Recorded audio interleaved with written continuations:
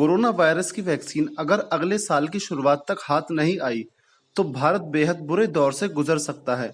MIT के शोधकर्ताओं के मुताबिक इन हालातों में फरवरी 2021 से भारत में कोरोना वायरस के 2.87 लाख मामले प्रतिदिन दर्ज हो सकते हैं।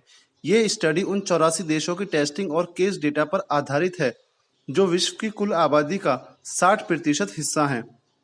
MIT के शोधकर्ता हाजिर रहमतदाद, टीवाई लिम और जॉन स्टरमैन ने इस निष्कर्ष तक पहुंचने के लिए SEIR मॉडल का इस्तेमाल किया है। संक्रामक रोगों का पता लगाने के लिए एपिडेमियोलॉजिस्ट इसी मॉडल का इस्तेमाल करते हैं।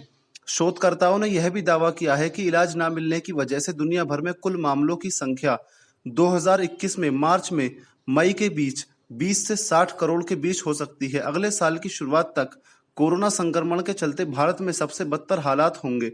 भारत के बाद फरवरी 2021 के अंत तक अमेरिका 95,000 केस प्रतिदिन, दक्षिण अफ्रीका 21,000 केस प्रतिदिन और ईरान में 17,000 केस प्रतिदिन में सबसे बुरे हालात होंगे। इस शोध में 3 बेहद खास सिनेरियो का ध्यान रखा गया है। पहला, मौजूदा टेस्टिंग रेट और उसका प्रभाव क्या होगा। दूसरा, यदि 1 जुलाई 2020 के बाद से टेस्टिंग रेट 0.1% इजाफा होता है। तीसरा, अगर टेस्टिंग मौजूदा स्तर पर ही होती है लेकिन संपर्क दर का जोखिम 8 पर आता है, यानी एक संक्रमित व्यक्ति कम से कम 8 लोगों को संक्रमित करता है।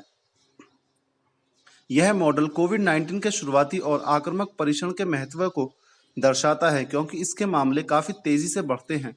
इसका मतलब यह है कि टेस्टिंग में कमी या देरी आबादी के लिए ज्यादा घातक साबित हो सकती है।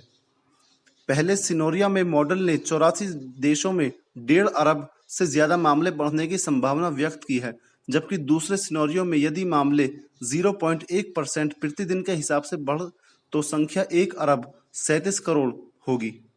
अध्ययन कहता है इन दोनों परिस्थितियों में सितंबर-नवंबर 2020 तक नए केस काफी ज्यादा हो जाएंगे।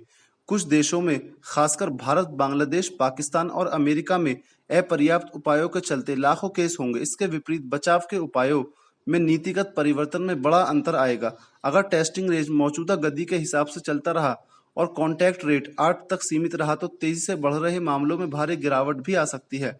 तीसरे सिनेरियो के अनुसार कोरोना वायरस पॉजिटिव लोगों की संख्या वैश्विक स्तर पर 60 करोड़ तक हो सकती है।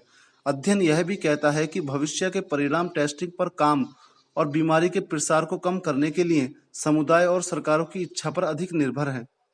दोस्तों, ऐसी ही लेटेस्ट न्यूज़ के लिए हमारे चैनल द नॉलेज बुक को सब्सक्राइब करें। धन्यवाद।